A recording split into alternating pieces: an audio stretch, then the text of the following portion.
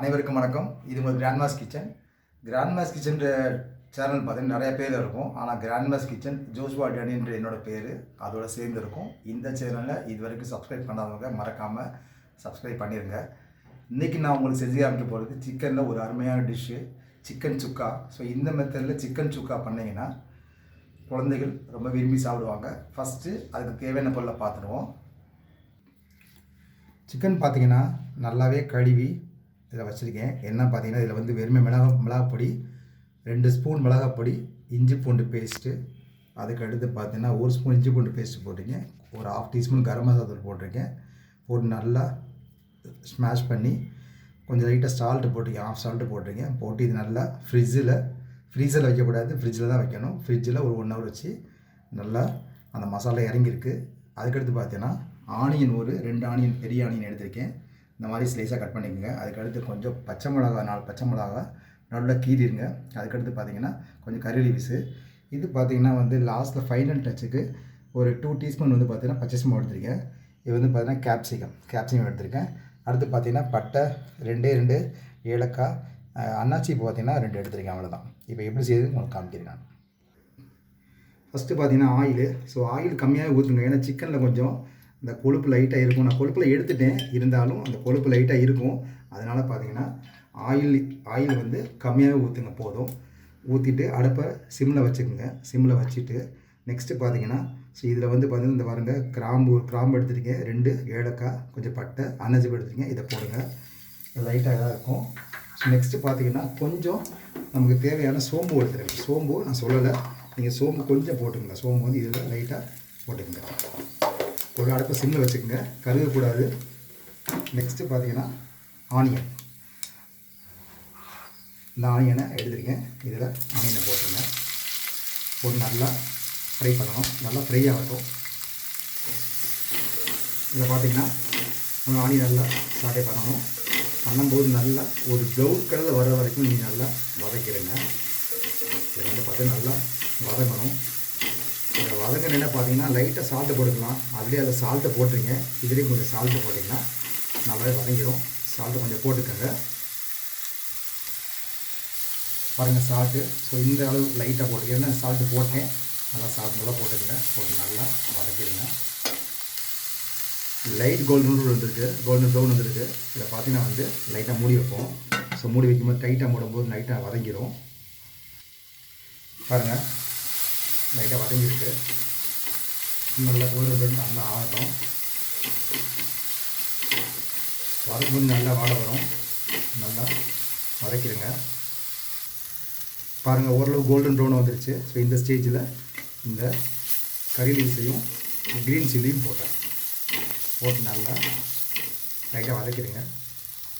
Next பார்த்தீங்கன்னா நான் ஏற்கனவே நல்லா கழுவி மஞ்சள் பொடி போட்டு கழுவிடுங்க. ஏன்னா மஞ்சள் கழுவினா அதில் உள்ள கிருமி எல்லாம் இது பண்ணிடும். பார்த்தீங்கன்னா வந்து மஞ்சள் பொடி போட்டு கழுவிட்டு 2 ஸ்பூன் மிளகாப்பொடி, ஒரு 1/2 டீஸ்பூன் வந்து மல்லிப்பொடி, 1/2 டீஸ்பூன் வந்து கரம் மசாலா போட்டு நல்லா பிசைஞ்சு நான் வந்து 1 நேரத்துக்கு முன்னாடியே வந்து ஃப்ரிட்ஜில் வச்சுட்டு ஃப்ரீசர் வைக்கக்கூடாது. இதை அப்படியே இதில் போட்டேன்.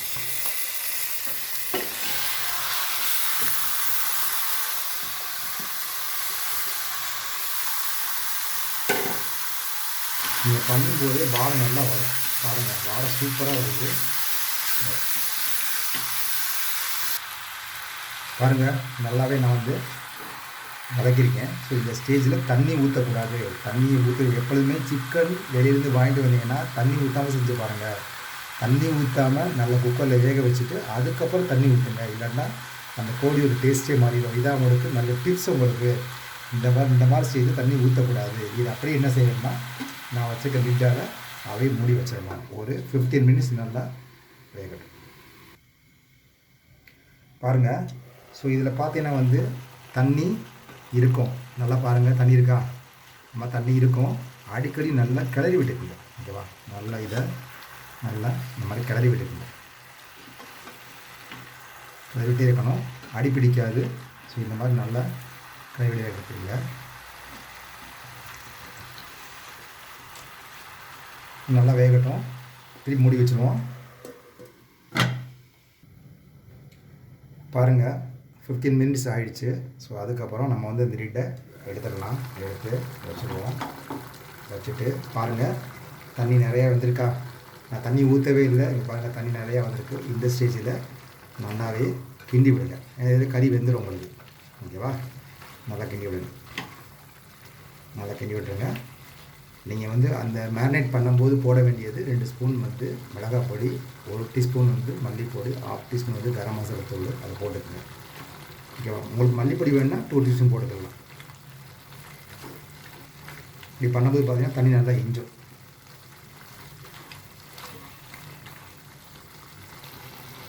பாருங்கள் தண்ணி வந்து பாதி குறைஞ்சிச்சு. ஸோ இந்த ஸ்டேஜில் பார்த்தீங்கன்னா நம்ம வச்சுருக்கிற 2 டீஸ்பூன் வந்து பச்சரிசி மாவு எடுத்திருக்கேன்.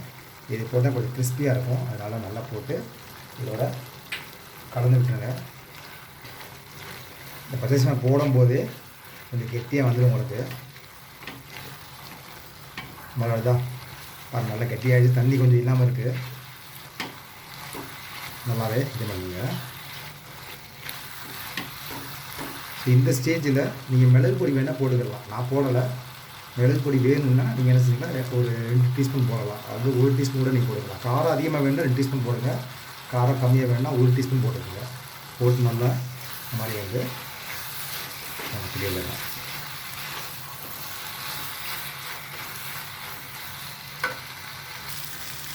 பாருங்கள் நல்ல தண்ணி ட்ரையாக இருக்குது. இந்த ஸ்டேஜில் எடுத்து பரிமாறலாம். அது ரொம்பவே சூப்பராக இருக்கா. இதை மறக்காமல் அவங்க வீட்டில் குழந்தைகள்லேருந்து பெரிய வரையும் விரும்பி சாப்பிடுவாங்க. வீட்டில் மறக்காமல் ட்ரை பண்ணி செஞ்சு கொடுங்க. எங்கள் சேனலுக்கு மறக்காமல் சப்ஸ்கிரைப் பண்ணிடுங்க, ஷேர் பண்ணுங்கள், கமெண்ட் பண்ண மறந்துடாதீங்க. உங்கள் கமெண்ட் தான் எங்கள் வளர்ச்சிக்கு உதவும். பாருங்கள் ரொம்பவே சூப்பராக வந்துருச்சு. இப்போ பார்த்து நான் வந்து 50 மினிட்ஸ் செஞ்சிடலாம். ரொம்பவே நல்லாயிருக்கும். இது எப்படி சர்வ் பண்ணுறது காமிக்கிறேன்.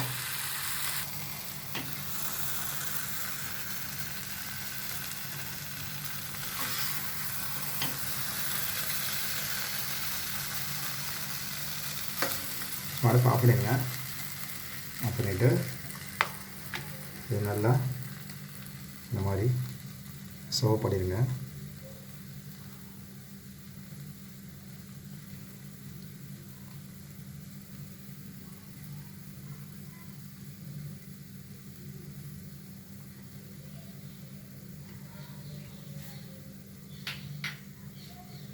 பாருங்கள் ரொம்பவே சுவையாக இருக்கும்.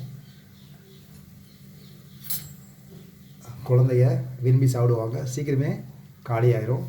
அதனால் மறக்காமல் வீட்டை குழந்தைகளுக்கு செஞ்சு கொடுங்க. மீண்டும் அடுத்த வீடியோவில் சந்திப்போம்.